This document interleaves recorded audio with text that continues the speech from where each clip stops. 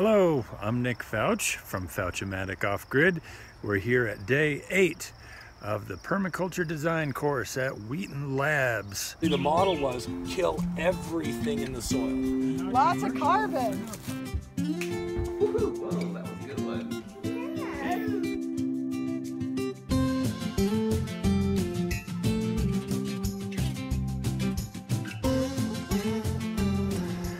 Day 7 was a day off.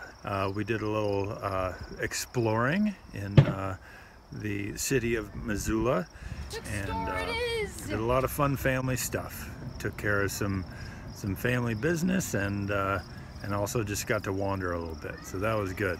And we got to sleep in a little bit and have somebody else cook us breakfast and all that fun stuff. So it was good to work a day off into the middle of the schedule. So to start out day 8, we were led by Ernie and Erica Wisner, and they talked to us about trees. We're standing in on the trees and their energy transactions part of the course. Trees is something I thought I knew a lot about until I hear them talk about it, and realize that I'm just barely scratching the surface of tree knowledge. We did early on in the course the element analysis of a chicken, what goes in and what comes out.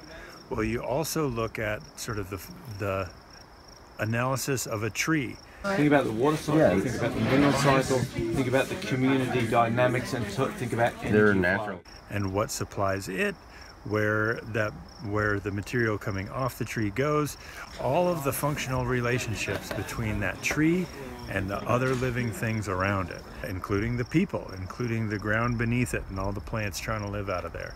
So it was a good exercise to really see all of the interconnectedness within a forest environment and how you might manipulate that, or at least get in there and take advantage of it so you might grow some food. So they gave us a little anatomy lesson on trees, and then we headed out. We went out into the forest.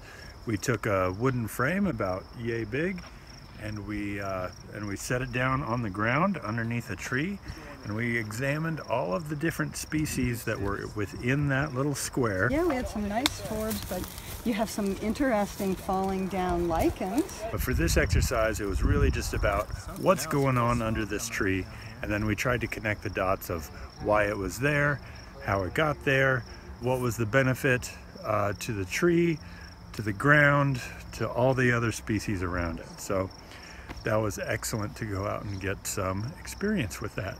So I come from production organic agriculture. Then today's special guest was Helen Attow. I am sort of obsessed about producing quality and producing enough to make a living. She is a master gardener and has taught gardening for a very long time, so she brings a whole lot of knowledge to the table, and she started to talk to us about soil. When we want to speak the language of our soil, let's know about the geology and texture and drainage. She talked about the structure of soil, what healthy soil looks like, what healthy soil is made out of. Do you have heavy soils that hold too much water, and then you don't have that important thing that we talked about that trees need and microbes need in the soil?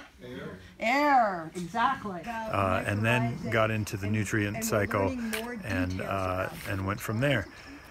We also got outside and got to take a look at some plants that we pulled up to try and judge the quality of the soil that they were in, and signs that we could see in the plants of how they were responding to that soil that they were feeding off of. Defense mechanisms, and what happens when they have defense mechanisms? Real spicy. Yeah, tell me what you think. Do we have a lot of crucifer defense system things called glucosinolates?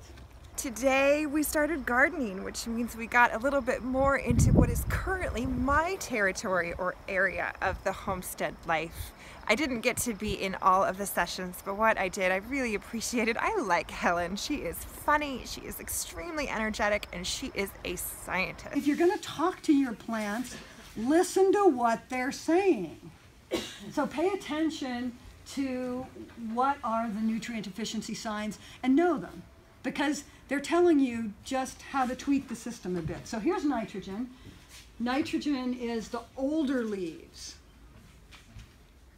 because nitrogen is a mobile nutrient. It moves rapidly through the soil and through the plant. So what the plant does is says, send it to the women and the children first. So the babies get the nitrogen. So the old people, the older leaves, don't get nitrogen. Phosphorus tends to be purpling on the undersides of leaves. Have you ever seen this? Mm-hmm. Nobody? I always thought it was cold stress for some of it.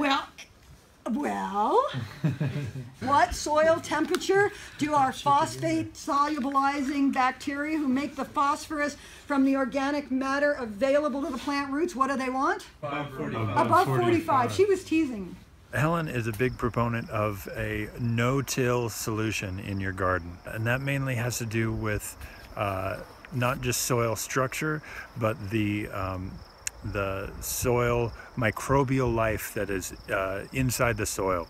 So every time that you till it up or you make a big disturbance, that tends to kill off a whole lot of the microbial life in your soil. So anything that you were able to get right about last year, when you come along this year and you till it up, you're killing a whole big part of it. You may have heard some kind of buzzwords attached to gardening in the permacultural style.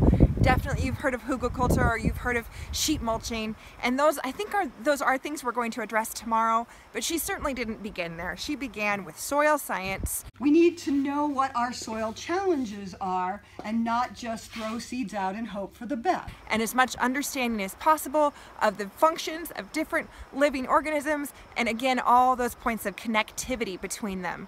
It was a little overwhelming, possibly even more overwhelming for Nick than it was for me, but really, really great stuff. And continuing in this path that we started with Zach Weiss a couple days ago of really working with solutions and opening these huge fields of knowledge, which are going to provide us with solutions to get to the stated goal, which is managing and manipulating ecosystems in order to enhance the relationship between humans and our environment.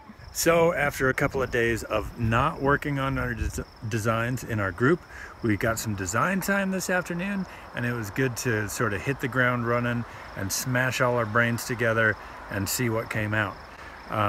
We're still really at the beginning phase of design, so we're trying to do a sector analysis, meaning sort of judging the energies coming and going from the property, wind and light, and all the other factors around us, what the neighbors are like, what the soil is like, and all of the physical features of the property. So we're still really in the assessment phase and assessing what we think about our interview questions and the results we got from our client.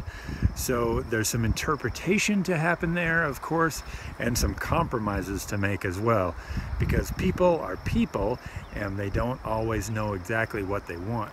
But as a designer, it's sort of your job to synthesize all of the stuff that you hear coming out of them into one cohesive design.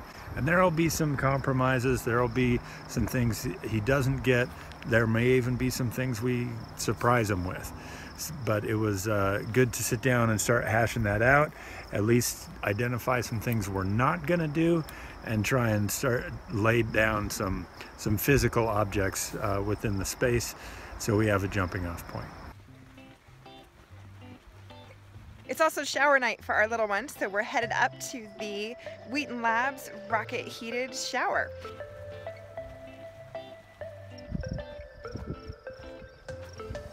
So it's a lot like the combustion chamber on those other ones. It just heats up this tank of water because the chimney is blasting that tank. I think this fire was burned hours ago, and we're gonna go take a hot shower now.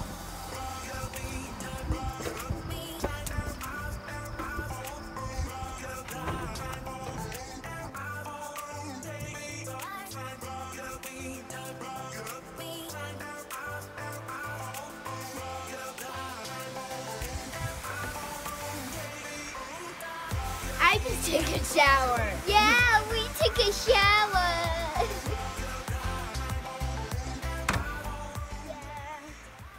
So I got to say, probably the best part of the day today was in the design groups, sort of struggling through all of the communication stuff that happens when you work in groups, and actually laying a pencil down on paper and seeing stuff come out. It's nice at that first phase of design to put down some broad strokes, and that's what we did today. And once that happens, then everybody has something to respond to. So I liked getting the pencil down and making some broad strokes. I'm Nick from Fouch Off Grid. Come on back, check out day 9 of the PDC at Wheaton Labs. There is definitely a storm coming. We may get those big raindrops on top of the trailer again tonight.